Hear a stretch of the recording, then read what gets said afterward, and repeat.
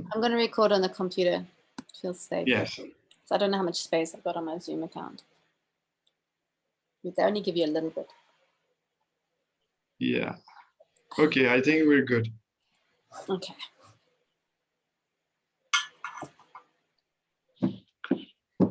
So namaste, Shima. Namaste, Karan. I'm happy to have you here.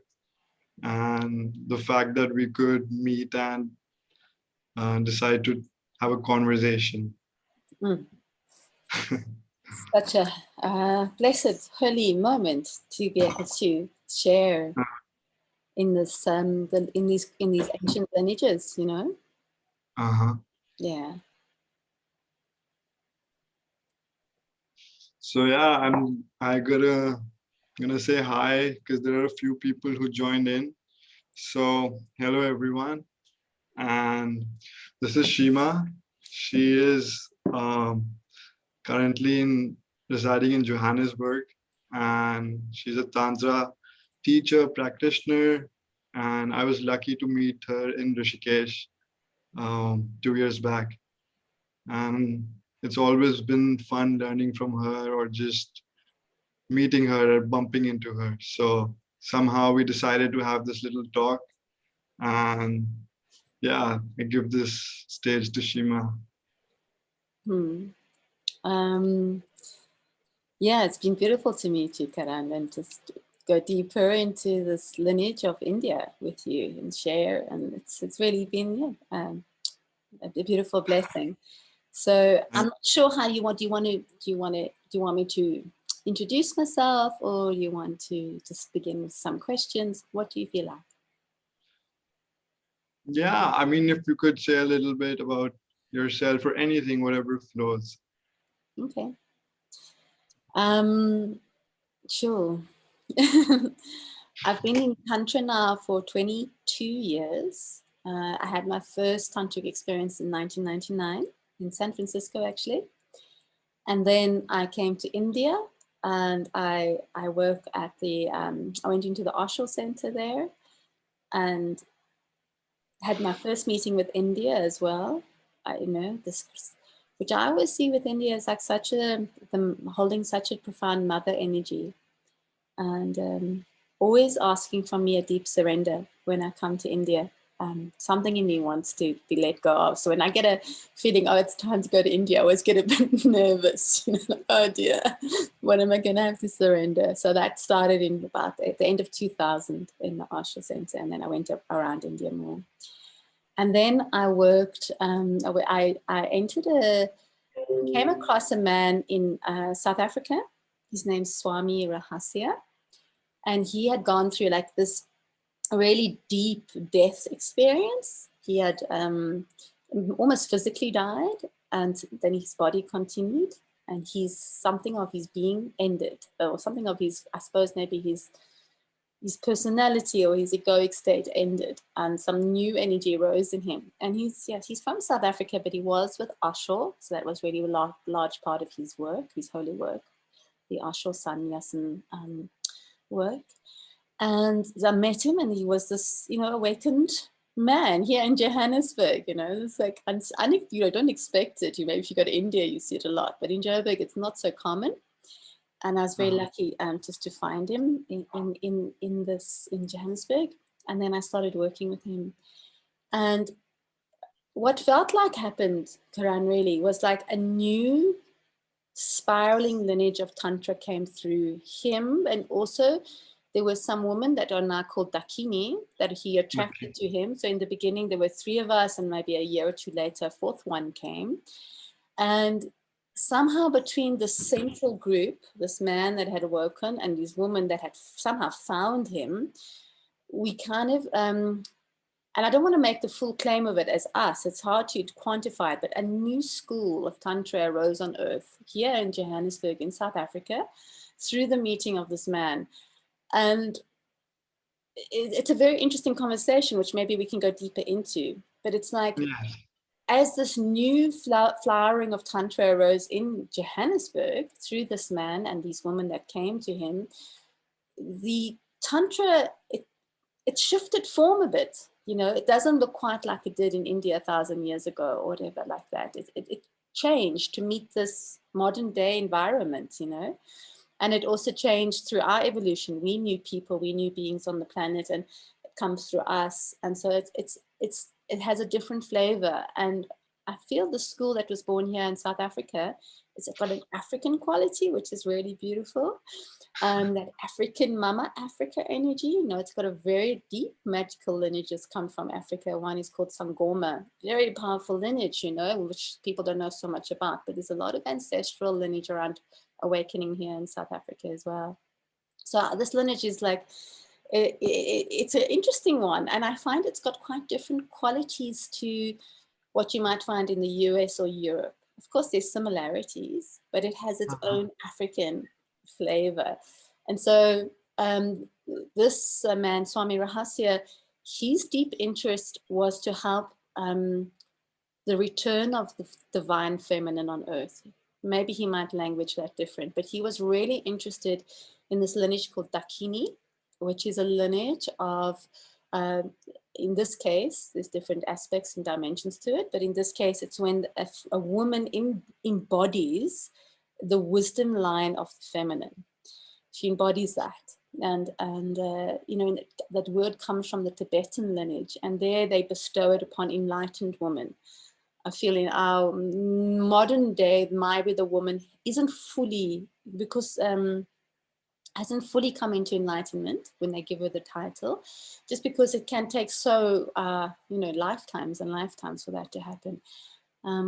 Yeah. Does that make sense?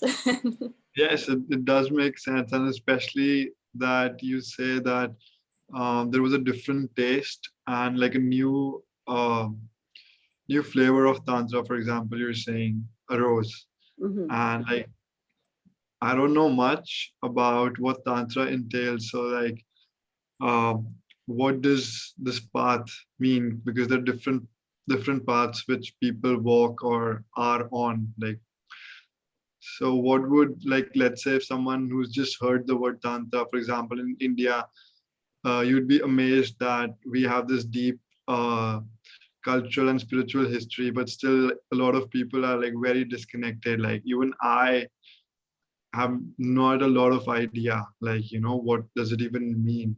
Like, so what would it mean for, let's say, someone who's maybe just not too interested, let's say, in spirituality, or doesn't think too much of it. He's too involved in the world. Hmm. Hmm. Honestly, Karan, I'm not sure what it's going to mean to someone who has no interest, because it's a mystery path and it's a Uh-huh. deeply secretive path in some ways. That to come to know Tantra, you have to meet it like a friend, like you meet a deep friend, you know? And if you really want to know Tantra, then you have to meet it like you would meet a deep lover.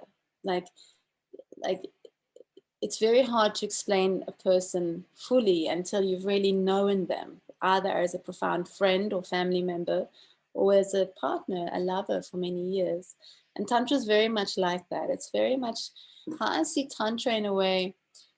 I see Tantra as a living spirit, like a being. You know, it's not just a something in a book. It's not just like a series of scriptures or words. It's alive, very alive being. And it's a being that's kind of woven into the fabric of existence. And then there's some people who come along this planet, and they're quite rare still. There's quite a few, but they're rare, and there's degrees of them. There's some that are incredibly sincere, and their whole life is that of the seeker. And then there's others that, you know, they just want to do a bit of yoga, a bit of meditation, a little bit of contemplation, a bit of self-improvement, and that they just like it. That makes them very happy, you know. Um, so there's different degrees of it, but there comes people on the path that are very, very interested to waking up to the true nature of who they are, and they're compassionate. They have a capacity. They have some. Not everybody who wants to wake up has that, but these people, they have compassion, which means they want to help others along the path, and that's more important sometimes than their own fulfillment in the personal realms. And these people are called bodhisattva, you know, the ones that want to help others to wake up, even once, once they've reached that shore where they could cross over into the nirvana, they pause and they go, no, I'm not crossing over. I'm going to stick around. I'm going to help. Those are called bodhisattva. And because they've got such a sincere heart and want to help, they need their evolution needs to be speeded up a little. And that's when they meet this being called Tantra. And they go, oh, you really want to help? Okay, well, then we have to get you through a bit of some ego stuff with confusion and some illusion, and we're going to just sort you out. But we're not going to take lifetimes. We're going to do it now. And we can try to do it before you're also too old and tired and had enough of life. Like, let's try to do it in 5 or 10 years. Sort you out, wake you up properly, sort out all the confusion. And now you're ready to be available to help others. And that was the origin of the Tantric lineage in recent dimensions of that. There can be many, many times Tantra emerges on earth, but it's a being you meet when you really want to wake up, when you really sincerely want to wake up and you actually want to get involved in the whole game of evolution and help wake up others. Then Tantra says, hey, here I am, Yeah, I thought that's very interesting, like how you say it can be like a catalyst. It could be maybe intense, like how you say it.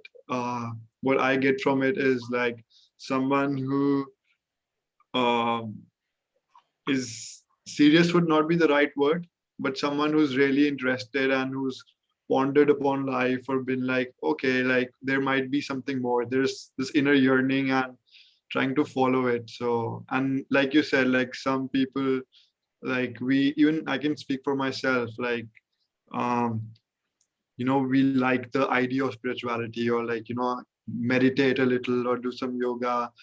But yeah, from what I'm hearing, you're saying like it could really uh, be a roller coaster ride, but good uh, help in some shifts in a good way. I think that's what I got from there. Yeah, and also to discern it a little bit. There's a lot of helping professions on earth, okay? And there's a lot of different archetypes. So I'm talking about Tantra, and I'm talking about my archetype, the Dakini, okay? That's female, the one, the practitioner is waking up others. Now, in the female archetypes on earth, of the helping archetype, you get different kinds. Like you get the witch, in South Africa, we get some Goma. You can get the counselor, the therapist, body practitioner, these different ways of helping people. But the Dakini and the Tantric lineage in particular is truly interested in the path of enlightenment. It's like that deep, seeing through all layers of confusion, all layers of Maya, like dropping all the veils. And so that's different. And they might not help you feel better in the body, though they could. They're aware, they can give you some medicinal advice, but that's not their central role. Their central interest is to wake up, where the witch is often more about herbs and potions. And, she's like, it's a different archetype, like I think it's important to start to differentiate the different types of archetypes of the feminine that's returning to earth right now. And Tantra seems to have quite a deep interest in helping that feminine energy reawaken in the evolution in both the bodies of women and men.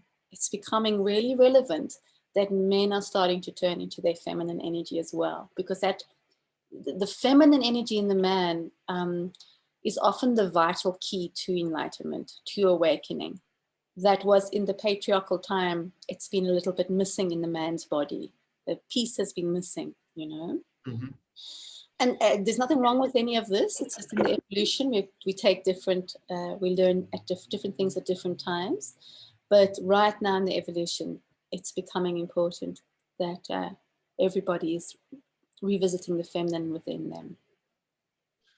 Yeah, especially that you mentioned like feminine energy. Like if someone hears feminine energy, they would associate it with a woman but I find it very interesting that you talk about feminine energy inside men as well, and also embodiment. So what does that mean? And like, how are these energies different? And like, in India, like we all heard the word Shiva and Shakti. So like, but no one really goes into it. Like, so like, does it essentially mean that? Is it like an Indian way of saying masculine, feminine, or like there are different layers to it? We could answer that question in so many ways. And I just love the question. It's beautiful. Thank you. And, you could say, yes, it's the Shiva, the Shakti, of course, but that doesn't really, that's another word, doesn't really understand it deeper. And just as you speak, what comes for me, Karan, really, which is quite interesting and it can be very hard for people to actually understand.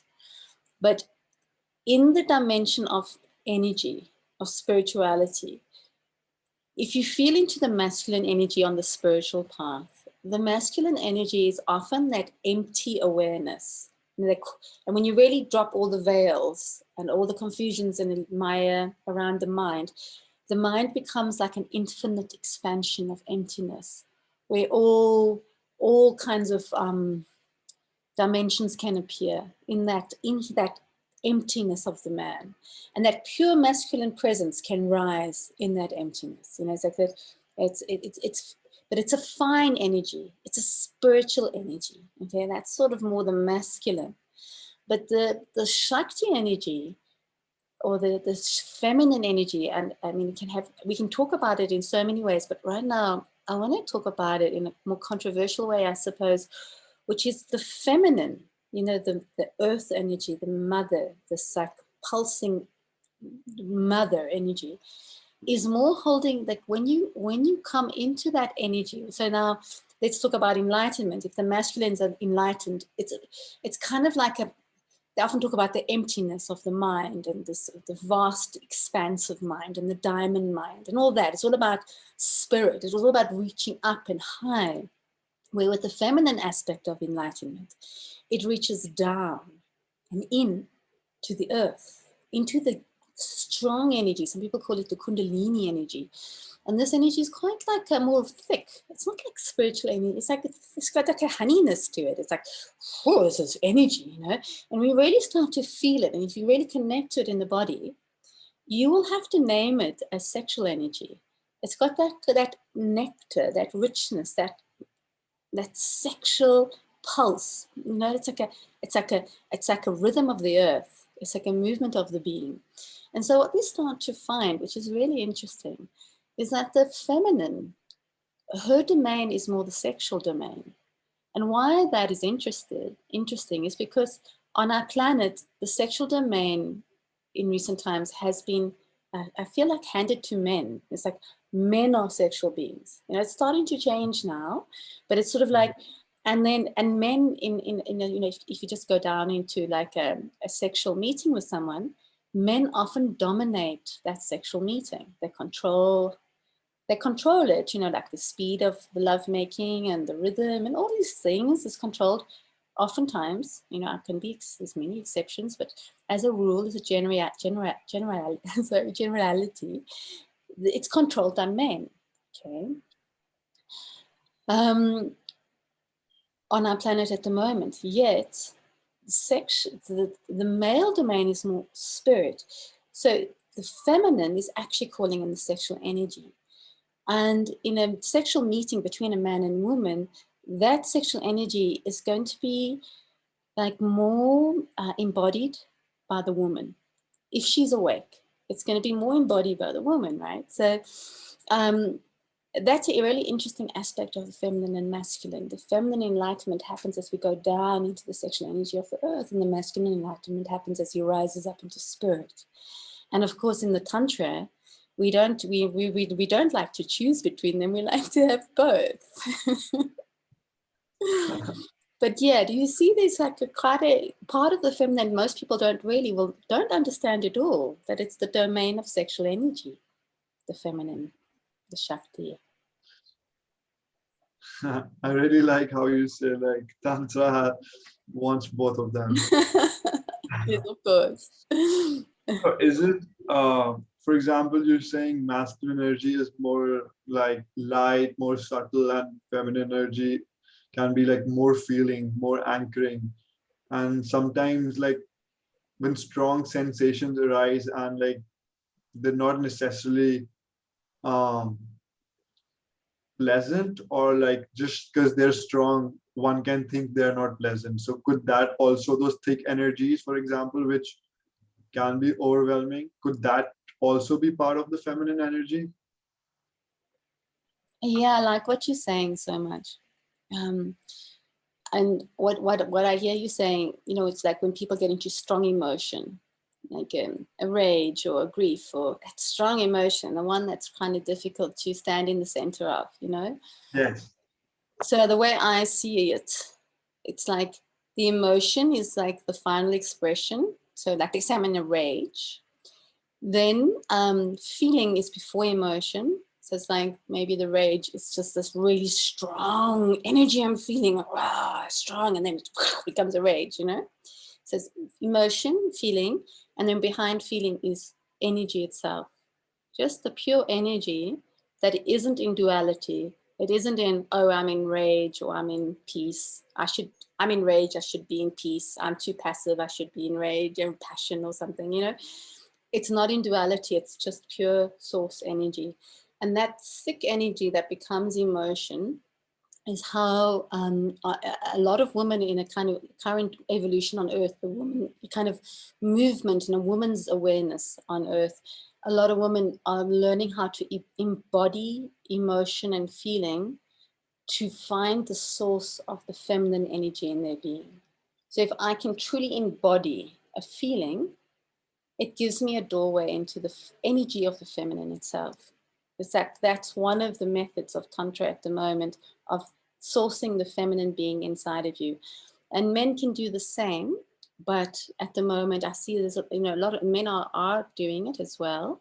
And I, obviously help guide men into feeling more. And then they can connect to the goddess within them as well, which is quite a profound gift when that happens for a man. When he manages to find that doorway, there's a deep gift to find a beloved goddess as you, in you, Again, my words are just directions. It's not belief. So I'm not saying something you have to believe here. It's just suggestion of how energy can look like.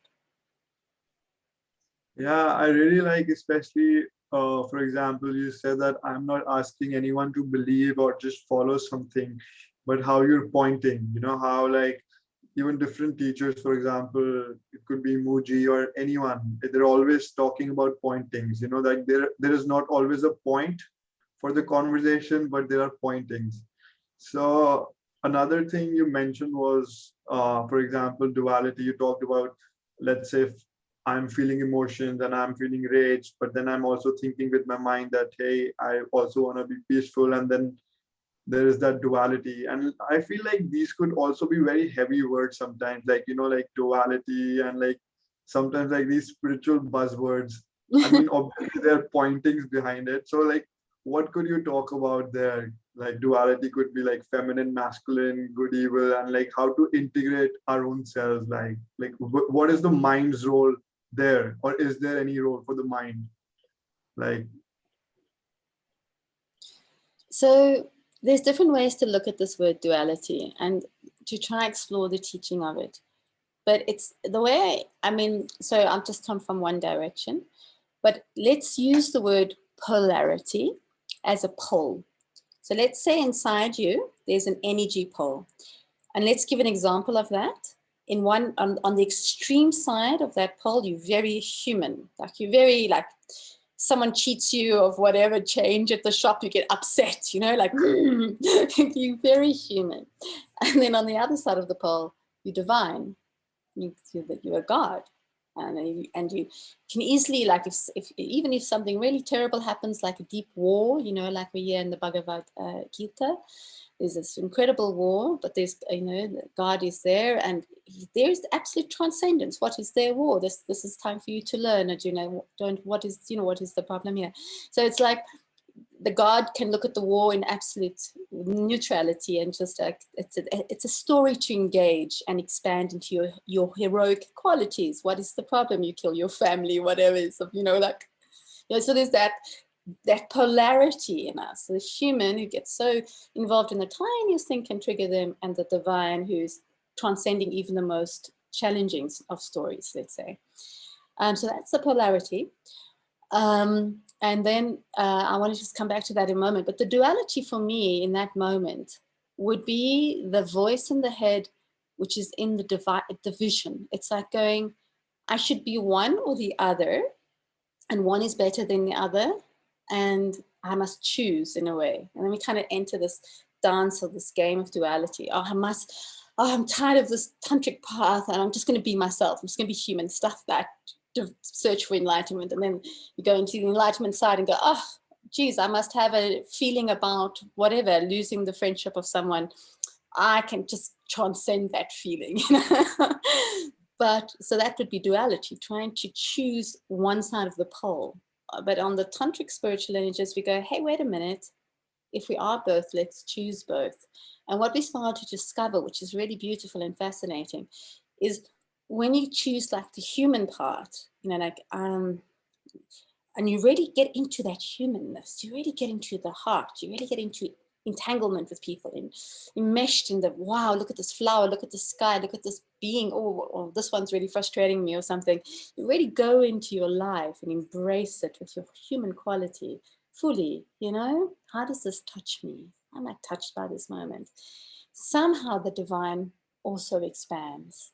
And if you really embrace that divine and you really start to taste like the elements of you that are like energy and expansive and infinite, somehow, if you really embrace it, like not in a dualistic way, the human being is also expanding, and the pole begins to expand, and we start to transcend duality.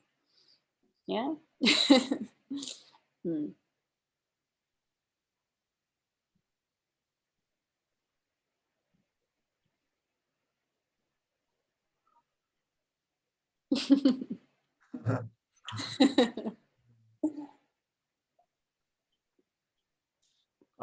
You also mentioned right now, for example, like we have, um, like in this polarity or duality, there is humanness, and that is also divinity, and divinity and humanness are very interlinked. And you mentioned, for example, we have the potential to choose either side, that we could, let's say, you gave an example of the war, like in Bhagavad Gita, for example, there was this big war, and Arjuna and Karan had to embrace their role. They transcended their um, everyday life and embrace that. So I wanted to know a little bit about that. For example, you talked like there could be a neutral god, and there's this war or this play happening, because you use the words, for example, you mentioned Leela before. So what is the what could you talk about there, for example? Like you talked illusion, you mentioned the word illusion, and the different layers of it. Especially, for example, in India also, like everyone jokingly says sab moh maya hai, everything is an illusion, everyone, like as a joke we say it to each other. For example, someone loses, let's say, 500 rupees somewhere, or like leave it, it's all, everything is moh maya. But not like they're not going to be giving people money, it's not going to be happening, but as a joke everyone's saying it. So I thought that that's funny. Yeah, we could talk a little into just to give a sense of this statement people make on earth, like all is illusion, or spiritual people make that statement like as a kind of a fixed statement of truth about the nature of existence. All is illusion. And it's an interesting statement to investigate a little bit. And it kind of brings me to this conversation where it's important to understand the difference between spirituality and religion. It's an interesting question. What is the difference between spirituality and religion? And just to really simplify it, the sense of the spiritual. So if I go to a religion, the religion, in a way, and it can be in a very beautiful way and very close to the great truth, says this is the truth. Whatever. Like I grew up in Christianity, so this man called God is the God of, this is the true God, and all other gods are false, and this is the truth. This is the truth.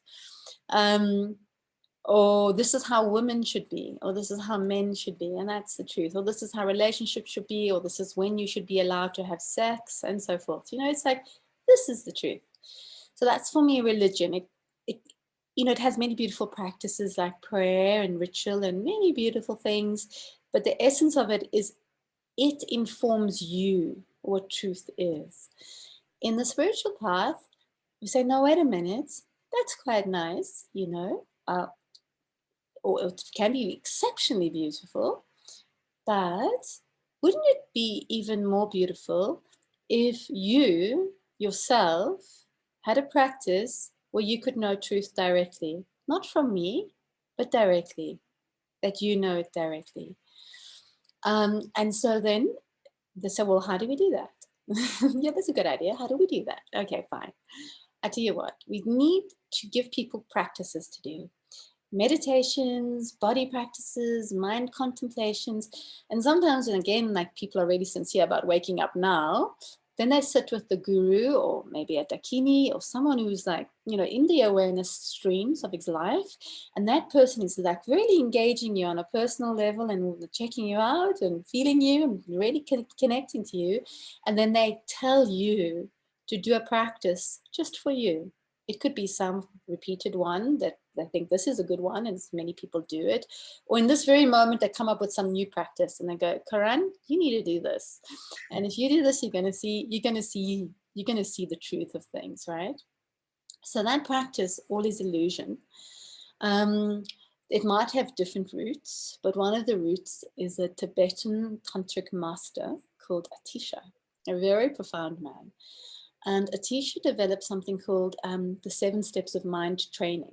You have to train your mind to move beyond the illusional aspects, so to move beyond its confusion, move beyond all these things that mind needs to move beyond. So Atisha developed a whole system, 7 major steps, and I think there were 42 minor steps. Okay. So in the second step of this system from Atisha, who's a Tantric master, the second step is all is illusion.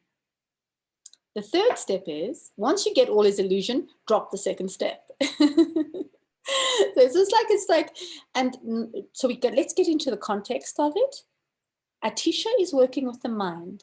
He's trying to help the mind see something. And then he's working with a group of people and he tells this student, you need to practice all is illusion. So as soon as your mind has a thought like, oh, maybe my girlfriend likes somebody else, or maybe I'm going to lose all my money on the stock market, or maybe I'm never going to wake up, or whatever, you know, you have some thought, like the mind likes to have all these thoughts, you say all is illusion. And whatever you project your thoughts, these people are talking about badly about me, whatever, all is illusion. All is illusion. And what the teaching does is it teaches you that your mind is creating illusion. It's like there's confusion in the mind. Because when you say all is illusion to a thought you have, you immediately stop and look at that thought and go, you know what, maybe it's not true. You know, maybe my partner isn't attracted somewhere else. Maybe those people are not speaking badly of me. And if they are, maybe it doesn't lead to what I think it does. It pauses your mind to go, what? Is that? Am I right? You know, like look, just pauses. And slowly you start to see that many of the thoughts of the mind are not true. So it's a technique to reveal the nature of mind, the tricky nature of mind, or the confused nature of mind, or the conditioned thoughts you believe that they're not true, or beliefs you believe that are not true. Like it starts to train your mind, called mind training. It's training your mind. That's what it's a technique to train the mind and to reveal something to you. That your mind hears reality happening all around you, and then your mind is creating illusion between you and reality. So that's the technique. That's the spiritual path. It's a teaching to reveal you something of the mind. What does the religion do? The religion says, oh, that sounds about right. All right, all is illusion. And we can just live how we want, you know, like whatever, pollute the earth, not care for the beautiful mother beneath us, leave, you know, litter, or make all kinds of, pollution and so forth. It's because it's all illusion. It doesn't matter. It doesn't matter what we do. We don't have to live in awareness or consciousness. It's all illusion. And so it can create actually the opposite effect. It can then, so if people are not being guided into that practice by a person of awareness, they can then make it into some statement and live a very unaware life from it instead of an aware life. Yeah, so that's quite a good example of the difference between spirituality and religion. Yeah, I find that very tricky that, for example, you mentioned like even something spiritual or a pointing, for pointing like everything is illusion, that could also enable someone to be disillusioned. You know, you, for example, so like all of these paradoxes and like these, uh, yeah. So like you mentioned, for example, our mind projects, our mind creates illusion, and like it's always, let's say, trying to make us run away from the moment. Like, you know, it's gonna, it's that's how it survives in some sense. So like for me also, like for a long time, like I start giving, when I realized, you know, like I'm not my mind, for example, like everything in my head is not probably me, it's just patterns, it's a lot of conditioning. But then I realized, for example, you said question, like every time something pops up, like all is illusion. So for example, in my case, I try to stay with my breath a lot earlier on. And but then I realized I developed like this negative association for the word mind, or like I was like, my mind's out here to trick me.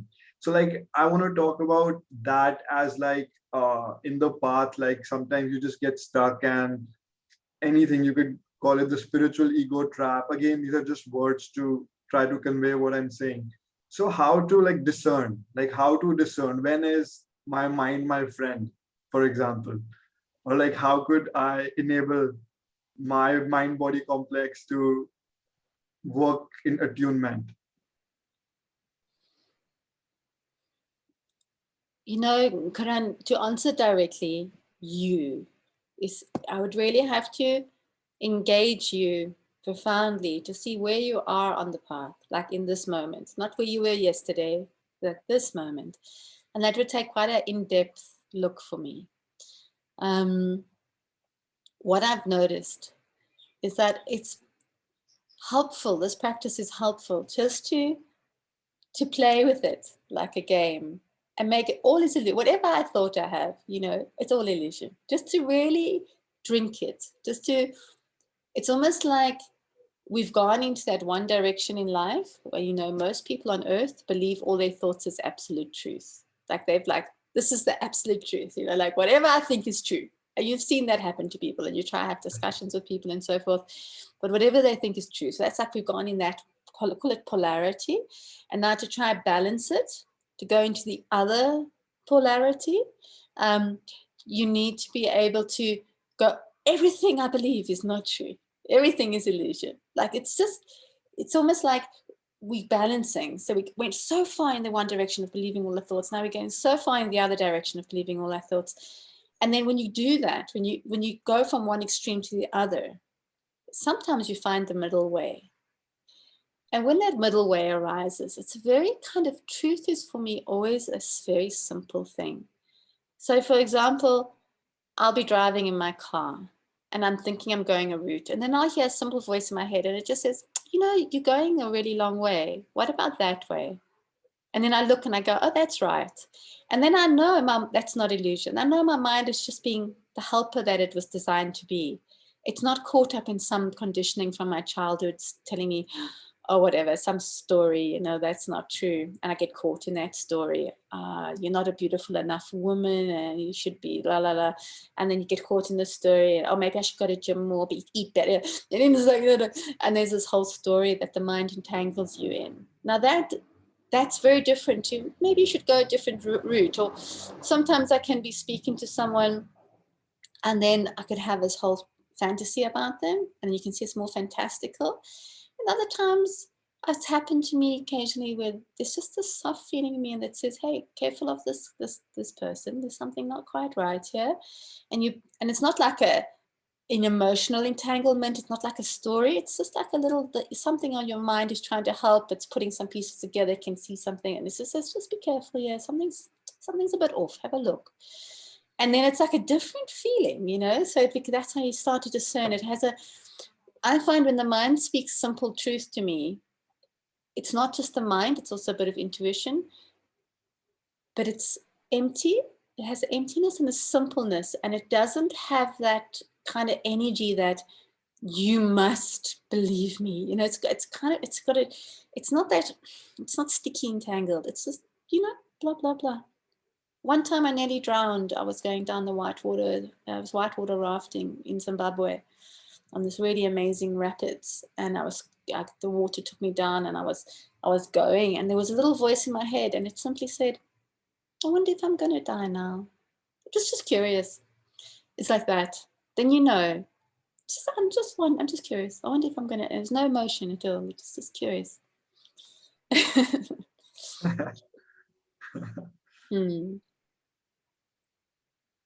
that reminds me of my childhood. This is random, but I was, I guess, 7 years old, and there was a birthday party, and this kid in my school, he was super rich. He had this big pool party, and I didn't know how to swim. And someone told me, like, this is a deep pool. So I'm like, no, it does not look deep. And even though I did not know how to swim, and people warned me that it's a very deep pool, I decided to jump in. And like I was going under the water 2 3 times, thinking that, oh, tomorrow I'm gonna come in the newspaper, and my mother's eating cake. So, just reminded me of that. That voice was very So you had a similar where it was like also kind of just, oh, I'll be in the newspaper tomorrow. Yeah. Not like, oh, I'm gonna die. Yeah, it's like that. It's even around your own death, it has a kind of, oh, I'm gonna be in the newspaper. It's like, you know, it's so light compared to when you, this friend or whatever is against me in some way, or it has a very different energy, you know. Yeah. So you, for example, you just said energy. What could one make of energy? Like everyone's talking about energy these days. Everyone, like, for example, everyone's saying good vibes. Like I find so many people, like these little, like everyone's like good vibes only. And I think that's part of the journey. But what would it mean for someone to like try and feel energy or vibes, or what does it even mean?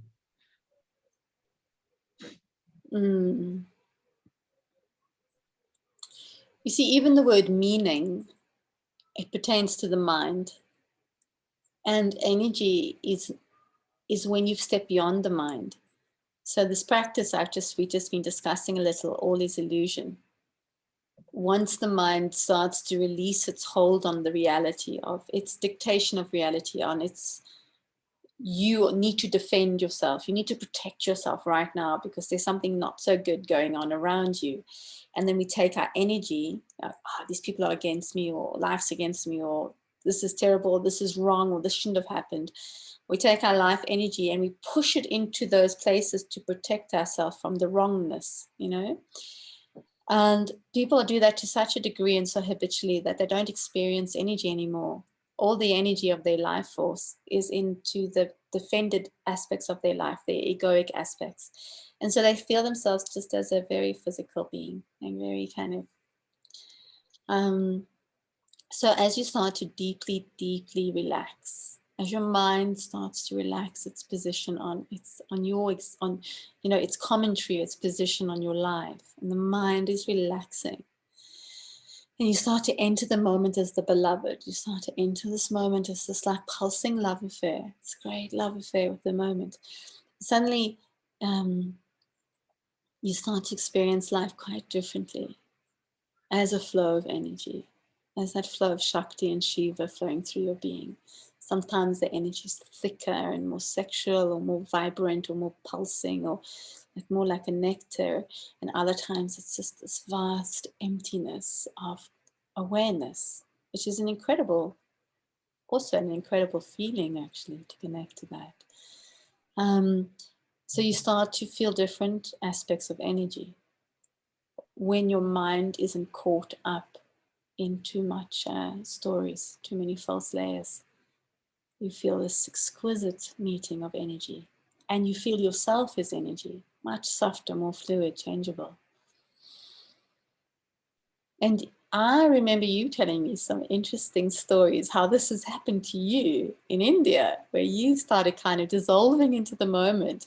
I'm actually curious if you want to share a story or how that happened. Was there something that happened just before you dissolved? You know, like, were you practicing something, or did you get caught up in wonder, or did you forget to be tense? Or what happened just before, and then what do you want to share? Yes, in fact, I could just talk about just recently, maybe less than a month back or 1.5 months back, I was watching this video online, and I really like how you just said you forgot to be tense. Some, because I've not been having any practice, like I've not been regularly meditating, or I'm not really trying to, like, be spiritual. I'm just like studying or not trying to progress, like, because I just, for me in my journey, I needed that, I cannot force my way. It became a lot about my mind. And so I was just watching this video, and I was like, I really like this woman, because she talks from a space of like love, or like, I could just feel her. And she's talking about, let's say, she was talking about duality or non-duality. And she was talking about intuition, and like how you already know spirit talking through spirit.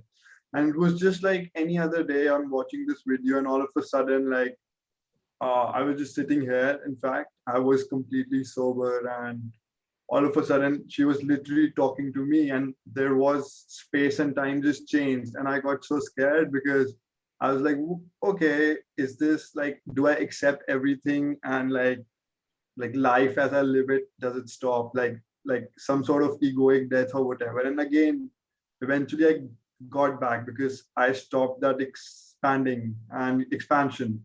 And like I remember, like one of my friends saying, you have to experience the experience.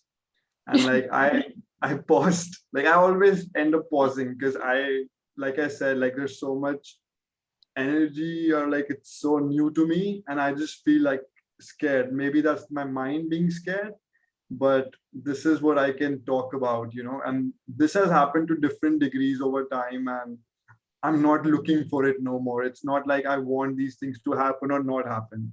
I'm more, every time I take one little step, like sometimes it's asked of me to like go straight, and I have in the past maybe, but now at least I just take care of my body, and I don't freak out. I take a little step forward, and I'm happy with that.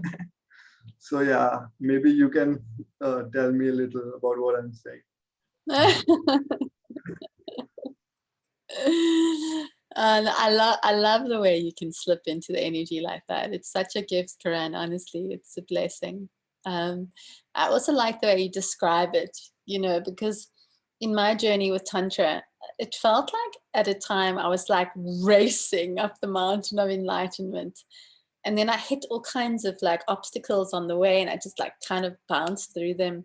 And my nervous system really, it took a dive along the path. I could deep dive, and I had to take some years to recover. Like I was just pushing it so hard. I didn't really know better, I think. Like I didn't know how not to. It was the circumstances also that were around me. There was like a whole Leela happening, a whole story happening. And what I'm hearing from you, like as instruction, as spiritual practice, you're saying, like, first of all, I hear you immersing into the story of this woman. Like, you're just so interested. Like, wow, it's, you just, the way you described it, the simplicity, the intuition, and something that she said, it was like, it's not that hard. You just have to connect into that deeper truth of the moment. You just have to trust yourself. Because intuition for me is like an act of faith. It's like when I just trust myself, trust something. And in that trust, there's a surrender, isn't there? Like when you really just trust even another, but in this case yourself, just trusting and trusting her as well. There's some kind of something lets go. Like it's okay. I can connect to spirit. It's safe. It's okay. It's like It's safe to connect to spirit. And so you have that for a few minutes or however long. I don't know how long that moment was for you. And then something comes back and says, oh, maybe it's not that safe.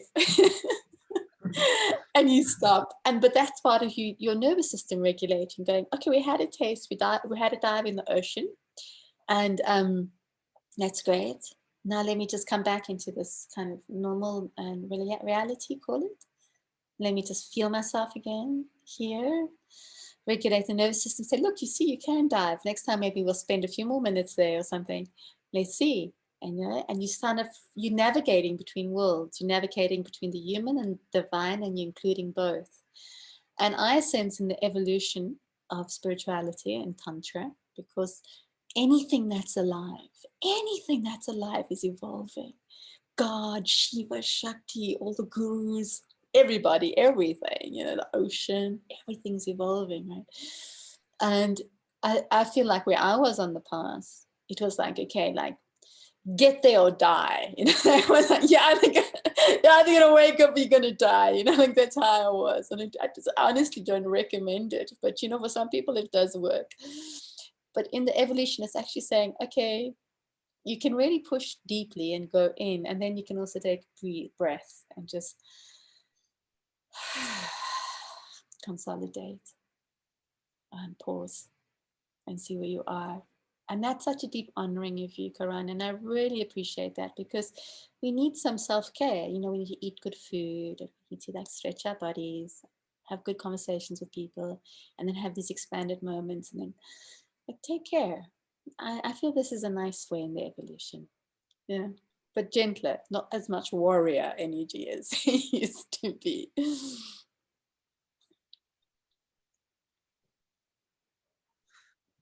Yeah, for example, you just said like for you it was more about like um do or die kind of a thing, like go in completely. But does it really mean that? Does it actually, because it feels like that, in the scope of infinity, and um it's not so much logical, like those realms, for example. So for example, I don't know how much of this is true, but maybe what I feel intuitively is, for example, there is some kind of like how in Buddhism they talk about. I don't know much about the religion, but they talk about uh, like a tough, tough, tough justice, or tough uh, like deities who are tough, but they're teaching you. So when you said, for example, like in your path, it was more about like literally, because it's as real as death, for example. Uh, so something like that shows up. And is that from the past, or is it like karmic, those energetic experiences, or is it like what I've allowed to in my mind, what I've allowed, whatever thoughts or whatever things I've accumulated? Or is it like some tough wisdom, like tough teaching kind of a thing? Like in Buddhism, they don't essentially say like a wrathful deity. It doesn't have to be a wrathful deity, but it's like some for your evolution, maybe, for example. And like, I like how you talk about like, there's not so much as a warrior energy, and it was before, but then I just like over the past 2 3 years realized it's also important to protect myself, like just literally my body, whatever, like there's no rush. So that's why, is there anything you can talk about that?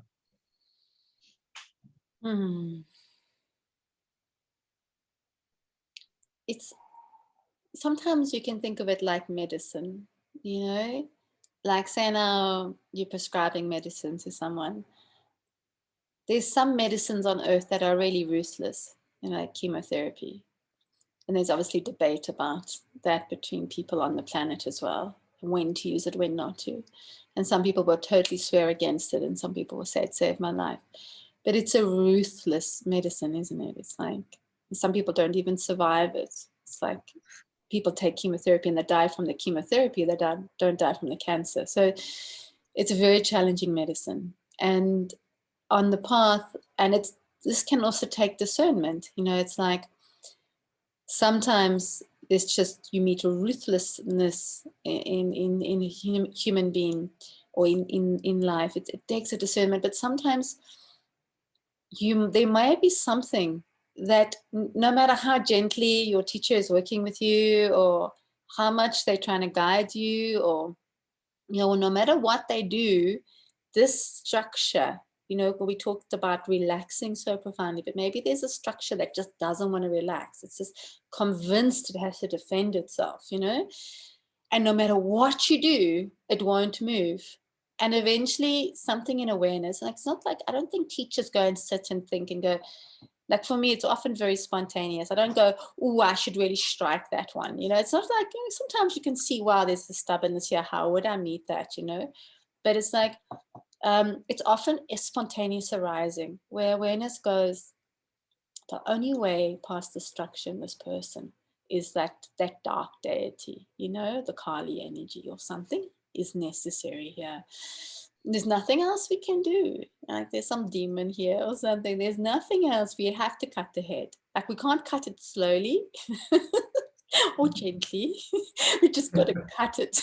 Like, there's no other way. I don't know how to cut half the head or cut the head. And there comes moments like that, which we can giggle together about now. But when they come, they can be tremendously fierce and upsetting to the ego. And it can sometimes take a really long time for that awareness to really clarify after that has happened. Sometimes people get it immediately. Well, I had to go. But usually there'll be some deep resistance that might come through, or all kinds of things can happen. So there is a time. There can be that time where that little thing, whatever that is in one, doesn't move. Just doesn't move. Then what?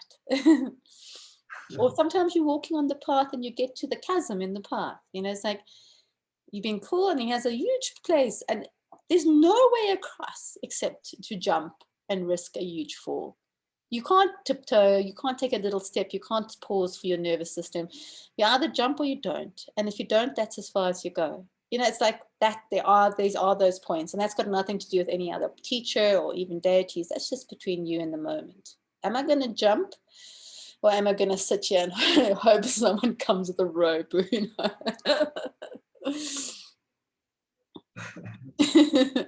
think that's a very good and very complete answer in itself. Or a pointing. Yeah, so another thing you've been mentioning is the evolutionary aspects of Tantra. For example, Tantra has been in India for thousands of years. Could you talk about it, for example, like India's journey a little bit on that, and like what you've experienced, what's happening in the West, what's happening in Africa, for example, is a little different, you said. So. Yeah. I mean, I got this thing. I say it's really, it's really important to locate yourself on the planet and know when you are. Like in some, not in all ages, but in some ages of Tantra, well, for sure, people didn't have cars, so they were in their body. They were walking or in horses or even in a carriage. But that's much more of like an engagement with the moment. So they're in the bodies. They were not watching the screen all day. There was no screen to watch. There was no pornography, to inform them how someone's idea of how sex should look, someone's fantasy of sex repeated many, many times. They didn't have access to that. And because they're living so close to the earth and maybe pre-patriarchy, let's say, they also had like a direct connection with the feminine energies. So if you said goddess, it wasn't like some alien thing. Like in India, it's not, but in the West, goddess can be like, what? And it's almost like it's not almost, it is a blasphemy for many people to say the word goddess in the West, if they come from a particular religion. So, if I gave you a meditation 5,000 years ago in this completely different completely different milieu of what is happening now, that meditation would land in you very differently to if I give you that meditation now and you're surrounded by noise and people and media and all, like pornography and all this thing, and not even knowing the goddess or the true goddess energy. So it's really important that in Tantra, we're really meeting this moment we find ourselves in. It's really important. And in that way, Tantra is evolving to meet that, to meet you where you are right now. Yeah. And then there was something more you said. Just remind me where else you went with that. I just what's different, let's say, like, okay, so what I've heard is Tantra also about going directly into the obstacles, like really feeling it, really feeling instead of the normal reactionary running away from it. Could it also mean like really feeling into the source of what is happening or what that feels like? What any situation or any strong feelings which might not be pleasant. Like normally, uh, it would be a person would try to run from it or suppress it. Would is the tantric path also about like completely going into it? And like what could one do like as a practice, even as a basic practice you could give to, we have 5 6 people who are watching, and one of my friends, he just wrote, it's an interesting way to look at movement and how our engagement with our body has changed. He's talking about movement. And also, to the people who are watching, this is a good time for you guys to ask any question, and Shima would address that. And also, I thank you guys for joining. So any questions you have, I'd be happy to share it with Shima. Yes, I'd love to And hear some questions. so Sukhjot is asking, he would love to know more about how one can engage with ourselves, our own selves, in accordance to Tantra. So like maybe he's asking for some guidance or a pointing. Okay, there's just a few questions because you also asked one there. So let me just see how to come into the 3 comments altogether. In a way, I feel like you're all commenting or questioning in the same direction. You know, it's like, you know, one person was saying how, wow, it is interesting how our embodiment has shifted from 5,000 years ago to now, you know. Another one is saying, so how do I come into my body? How do I enter into my inner landscape? How do I meet those places? And Karan's asking about the engagement with the moment, the intensity of the moment, or what's called feelings we don't like. And there is a kind of tendency in our modern culture to seek comfort, isn't it? Like we're like, how comfortable can I be? Like, am I willing to be out in the cold? Am I willing to just engage this moment? Am I willing to engage a friend who's upsetting me or a partner who's upsetting me? Or I just break up and go on my way, you know?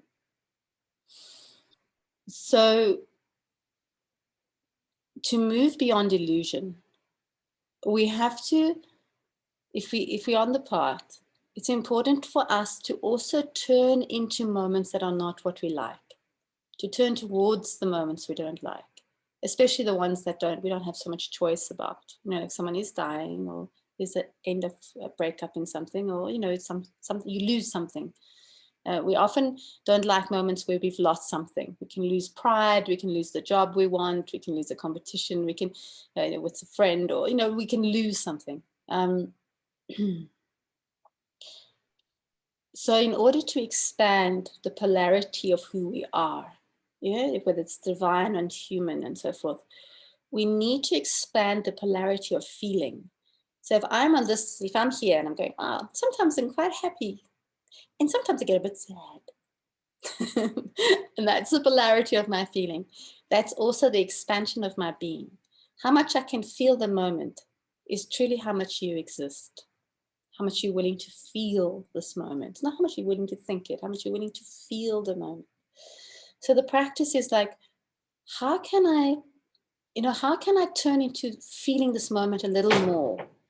And if there's something I'm not liking, how can I let myself feel that? Like, well, feelings I don't like, or I'm feeling shame, or I'm feeling vulnerable. You know, vulnerability is a hard feeling, especially for men, isn't it? It's like, how can I just like feel a bit more vulnerable right now? Let me just get over the sense that men are never supposed to be vulnerable. And vulnerability is a great key to entering the moment. How do I just, go into this discomfort and just feel a little bit more vulnerable? And, and somehow it's so interesting when you go into that vulnerability and allow it to live.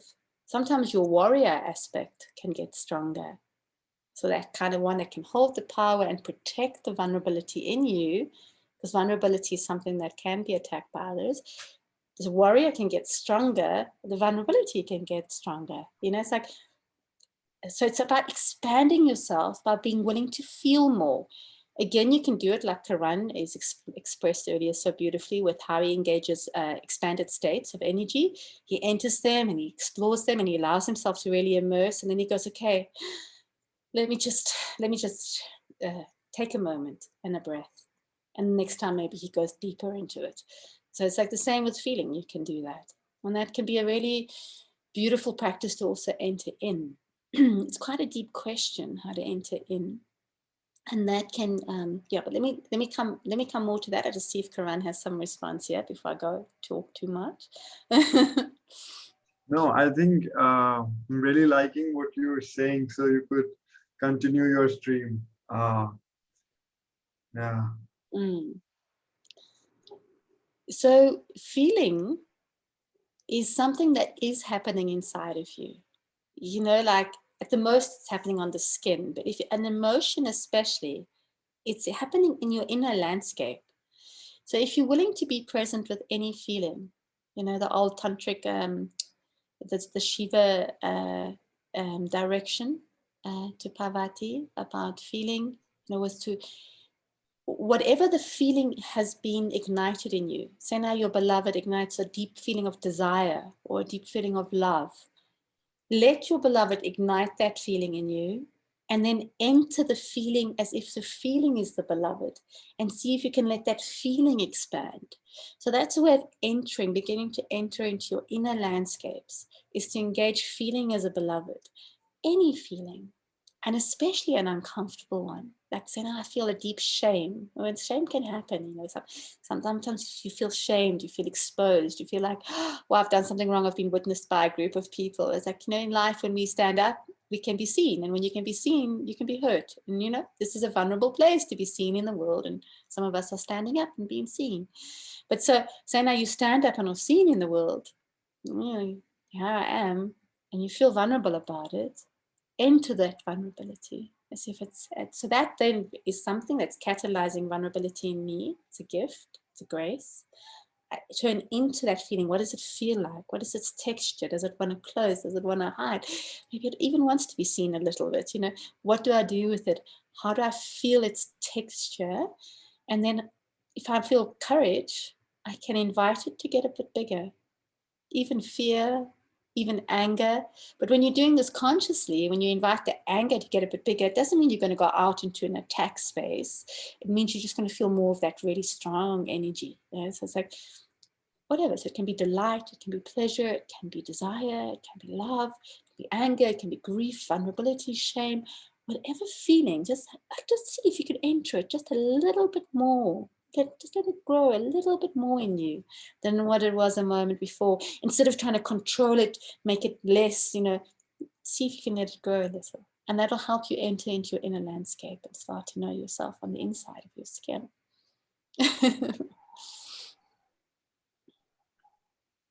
Thank you, Shima. I think that was a very insightful answer to what everyone has been saying. And it's interesting how you made it come together. Um, oh, one of the viewers is saying, he's talking about, for example, in some moment, he's thinking too much. How does he switch to what he's feeling? I think you've already answered this, but another thing he writes is, sometimes he's unable, at times I'm not able to exactly identify the feeling I'm going through, partly because I start thinking about what I'm feeling. So I guess is there anything you want to say about this, or like, do you think it's just the same thing? It's just. So first off, don't think of your thoughts as enemies, as something to get rid of. Like, rather engage them with curiosity. Like, so start with the thought. If the thought is dominating, go, okay, there's a thought here. And often what we find about thoughts is they're trying to communicate something to you that you're not listening to. You know, like say now you're married and then the wife is saying the same thing over again for years and years. You have the same, we always fight about the same thing. And you say to the person, what do you fight about? And they're like, I don't really know. Like give some vague answer because they never really listened. So it's almost the same with the body. It's like the body's trying to give you a message, or the unconscious is trying to give you a message. So it's really good and helpful just to slow down. And that's the Buddhist practice of being with your breath, you know, like really slow down with the breath. And they just say, watch the thoughts. But I go a little deeper because I like to examine thoughts a little. I like to hear them. I like to make friends with them, even if they are illusions. Like, oh, I'm not beautiful enough or something, let's say. Okay, like, oh, wow, you have that thought. Okay, well, where's that coming from? And what is that about? And how can I engage it with compassion?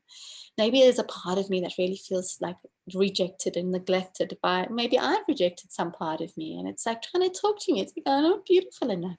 All right, what's going on? So it's like, it's engaging the thoughts with a deep interest, curiosity and compassion, and really trying to hear them. Because people sometimes think they think so much, but often it's 5 or 10 thoughts that you think again and again and again. And then behind that thought, it is an energy. So I'm going, oh, I'm not beautiful enough. Okay, who's saying that? And there's an energy. It's like, oh, maybe it's the young self, the 3-year-old who someone said she was ugly and she never forgot that, you know. There's okay, so there's an energy there. Now that energy is a feeling, and that feeling can be confusing because it's almost alive, like a being, you know, something that's wanting to return to you. So when you're having repetitive thoughts, what it tells me is there's a part of you that's been pushed away and ignored, rejected, and it's trying to come back, and it just says the same thoughts, but you don't want to listen to them because the thoughts are maybe something we should transcend or whatever. And I'm going, no, wait, listen to that. What is it saying? And then how can I turn into that feeling or that part of my being with some embrace, compassion, kindness, like, oh, wow, you're feeling sad, you're feeling rejected. Okay, come, it could be the masculine energy, it could be the sexual energy. How can I embrace you a little? And then you'll see those feelings start to kind of become more available, because before we've rejected so much feeling. I don't want to feel, it's not so available. It becomes hard to grasp because it doesn't know if you want it or not. But if you start to listen to it and give it some love and kindness, it's like, oh, maybe you do want me. And then it comes out more. And then you kind of know what it is. And then you can embrace it. So this is one method. You know, I don't know you, but you can just see how that lands for you and play with it. And there's obviously many ways into feeling. Very good way, sorry, Karan, just one last thing, is to feel the texture. Is it hard? Is it soft? Is it warm? Is it cold? Because if men, especially men, I find, but even women, if the emotion's confusing and we're trying to understand emotion and get into feelings, it can be a bit challenging. But if you're just trying to get into sensation and texture, like what does the breeze feel against my skin? Oh, I've got a contraction in my heart and it's cold and it's scaring me. I don't like it. It makes me feel small. That sensation, it has a sensational quality, and sometimes it's easier to feel the sensation before trying to understand the emotion.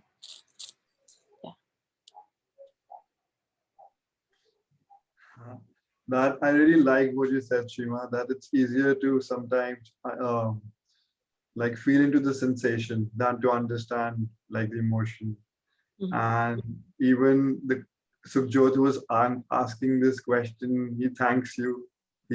Thanks you and says that it makes a lot of sense to him and that he's going to try and incorporate what you've pointed towards. And I'd like to thank you, Shima, for this wonderful conversation. Is there anything you'd want to talk about, like before we maybe call it? Anything which flows from you? I know we've been chatting a while, but I kind of wanted to softly just address sexuality in India. It came up as an interest for me while I was in Rishikesh. And I mean, I know it could be another whole conversation, Karan, but maybe we could just like touch on it. And if the listeners are interested, we could go deeper in another conversation or something like that.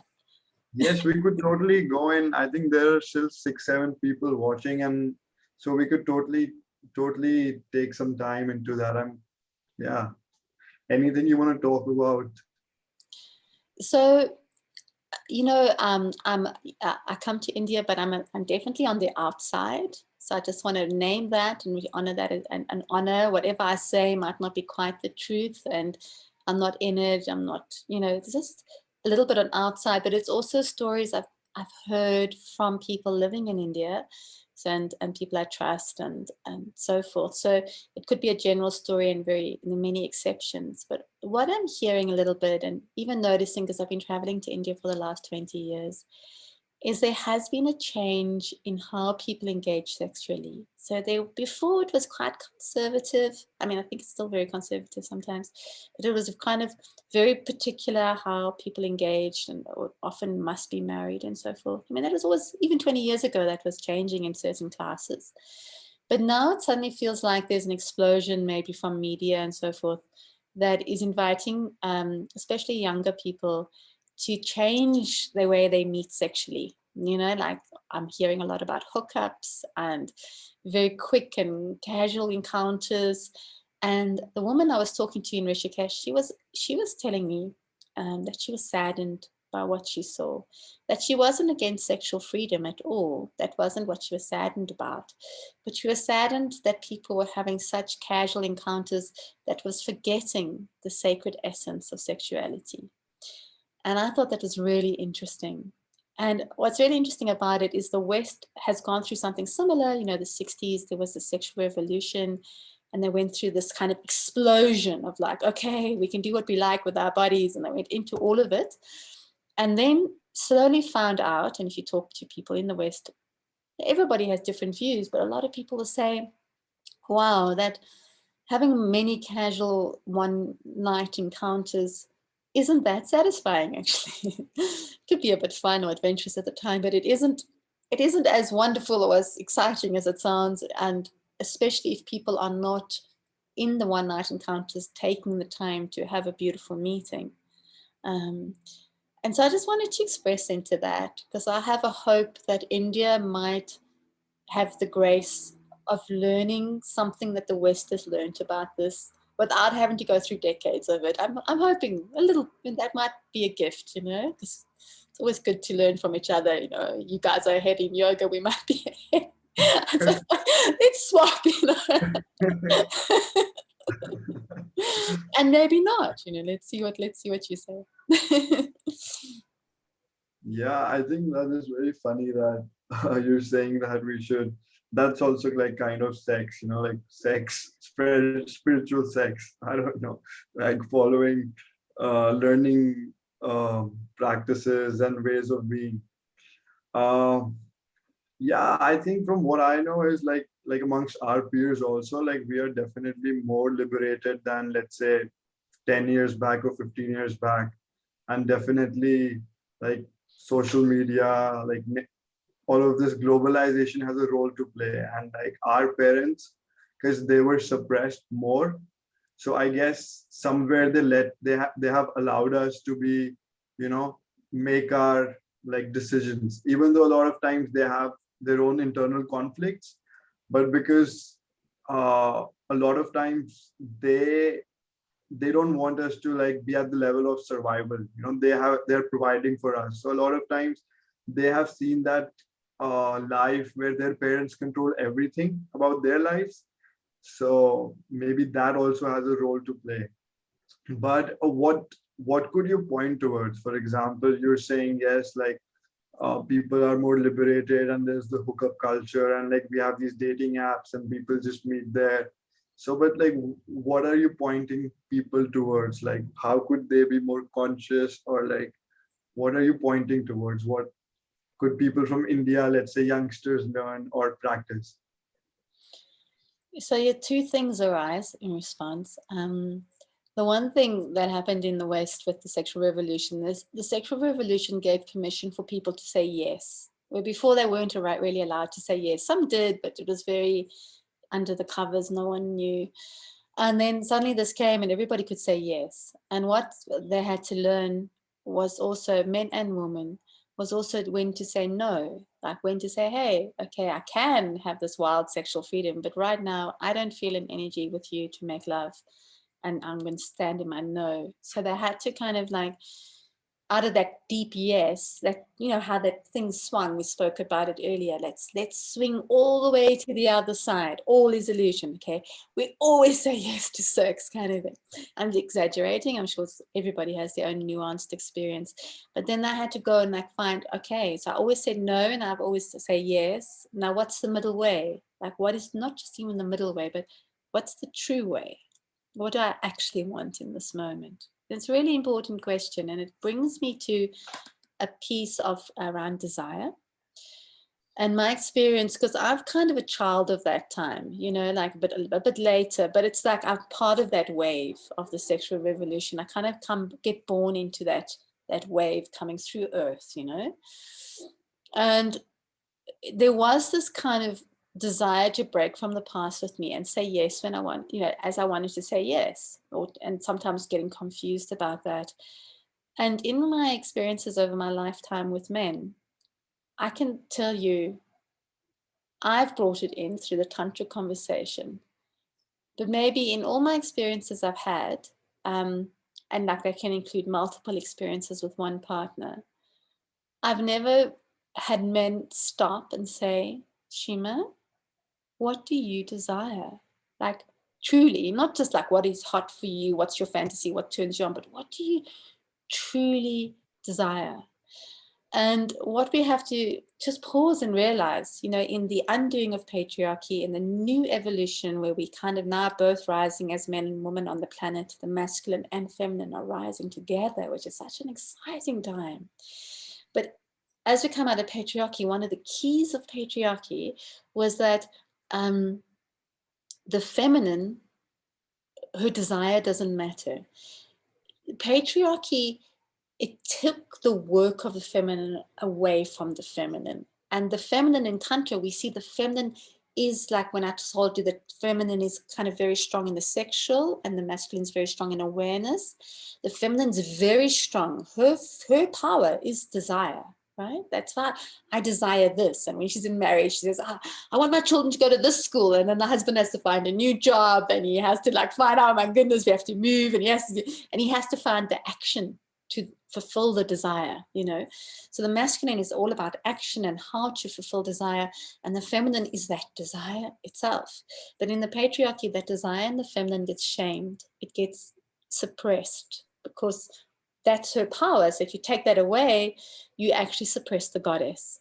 So then when men and women meet sexually, that doesn't even come into the awareness that I should ask her what she truly desires. I need to find out how I want to make love to her. How do I hold her? What speed sex I want? What suits me to have a quick ejaculation? Sometimes it's the interest for many men. You know, how can I quickly get there to the goal? The journey isn't so important, and they don't have this conversation.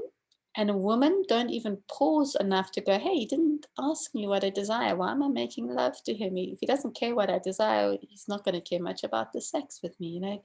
So there's a really, for men and women to pause and say, hey, wait a minute, there's a question we forgot to ask. To slow down and actually drop into, what do you desire? And that honors the feminine, and it calls the feminine into the sexual meeting. The question itself is like a method, a practice to actually invite that feminine to be present. And that changes sexuality a lot when the feminine feels called, invited, and present in both people's bodies. A very helpful practice for sexuality. And it also slows everything down just a tad. It slows it down to drop into the moment that you meet. Yeah.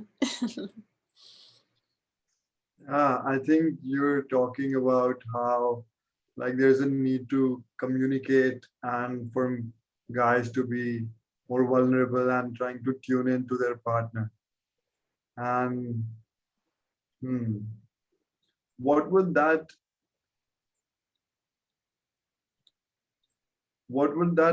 entail? For example, you talked about how uh, how feminine energy would feel, for example, present in the experience if she is honored, if she's asked what she desires. what would be the counterpart? Because like, like for men, for example, what would that, like when would a man, for example, or a masculine energy also feel that? Like, because sometimes like um, especially I could say for people like in cities, like for example in my city, a lot of time, a lot of people, my friends, for example, they come from like very good education, money. So sometimes that gap between women and men, I'm not negating it. It is always there, but sometimes it is not, because like they have had good, like they've traveled the world, they've had everything. The parents have had and given each of them the same freedom. So that's why I asked, like, in those circles, what would that mean? Like, what would be the counterpart? To invite the masculine energy stronger. Not stronger necessarily, but more present. Not stronger. Strong, not strong, but more authentically. Not strong. There's different practices one could explore. But what rises for me in response to the question right now is I'd want to invite the heart and the lingam of the man. It depends on the man. Some men have disconnected from their hearts and some men have disconnected from the lingam. So my sense is, yeah, it's an interesting question. I'm just trying to feel into what spirit wants to share right now. Okay, so let's just give that a moment. Because I could answer in so many ways and I don't want to answer from my mind.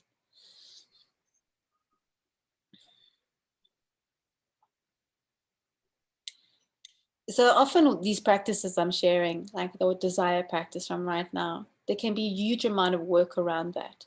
As someone kind of goes on almost on like an adventure to refine their desire, what they've done with it. And so if I speak about like the heart of men, I really feel my sense is one of the deepest wounds of men on earth is they've been disconnected from their hearts. Their hearts have become wounded in some way, and that they've armored the heart and they've armored the love. And so in some way, how does the woman invite your heart? How does she let you know that it's a safe place for you to love, like a really safe place to be really vulnerable and to be able to share your love in that moment? Because if a man can't share his love, he can't make love. He'll end up in the just having sex kind of a situation. So how do I invite, as a woman, if we're talking man, woman now, how do I invite that beautiful heart of the masculine? What do I do to help that soften a little? Sincerely, not like I'm going to soften it and then do something really nasty. And how do I really sincerely invite your heart to be present? And, like one could look at different practices around that, or different questions, even to start inquiring into your heart. Like, where is your heart today? Where is your love? Do you feel vulnerable? Do you feel you can share your heart with me, or not? Or are you going to protect your heart and we're just going to have sex? Like, where are you at with your heart? Like, really sense into your heart and feel it. And is this woman inviting your heart forward? How can she do that? Like, what does she do to invite the heart? And I think just being interested, truly interested in your heart as a woman. Like, I'm really interested. Karan, where's your heart today? Are you connecting to love? Are you feeling safe here with me? Are you willing to share your heart with me? Are you willing to share your love with me? Is something stopping? Like that kind of inquiry, just as a beginning answer to your question, checking into his heart. And he's saying, I'd like to meet your heart, directly.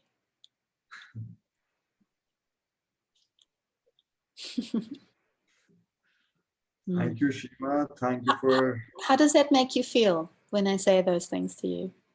makes me feel happy. Nice, nice.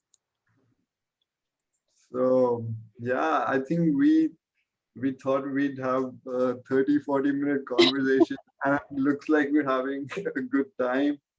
So I want to thank you. It was a it was a great idea for you to show up like that. And for all the people who showed up, we had some technical difficulties, but somehow we managed to get this on Instagram and Zoom.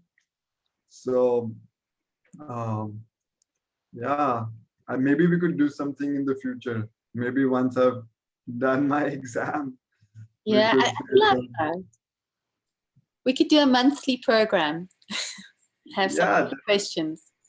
definitely. And if anyone wants to connect with Shima, because she does guide people, you could reach her, and um, I'd be sharing her email address with whoever joined. So you could also add them to your mailing list, because in the form, there were people who signed up.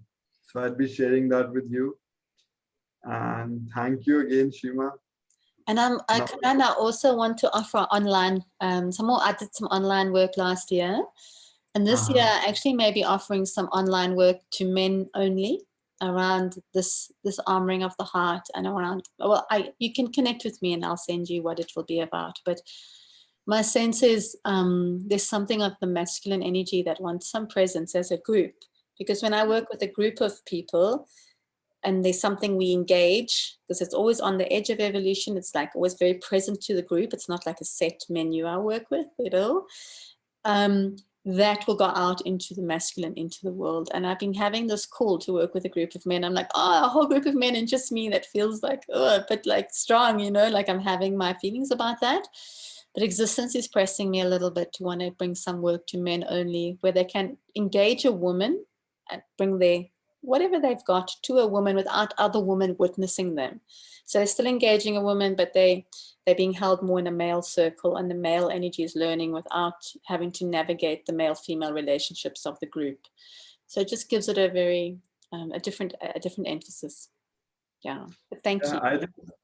I think that's a very wonderful idea, because not I don't think a lot of people do that, because mostly it's like women helping women, or like, sometimes guys helping guys in this space. So I think that that's a very good idea, and I wish you best of luck. Yeah, So and it's also about like, say now you want to learn about making love to a woman or engaging a woman. You could go ask a man who has some success and he can share with you some of that success. But it's very different to go ask the woman directly. It's like going to a mountain and walking up the mountain, and you can have a guide, or you could have a direct conversation with the mountain. Yeah, it's like a different way. And I'm wanting to invite that, see what happens, be fun, experiment. thank you, Shima. I'll see you around. So let's call it namaste. Blessings, Karan. Thank you so much. I really appreciate your presence and your love and your openness. This is beautiful.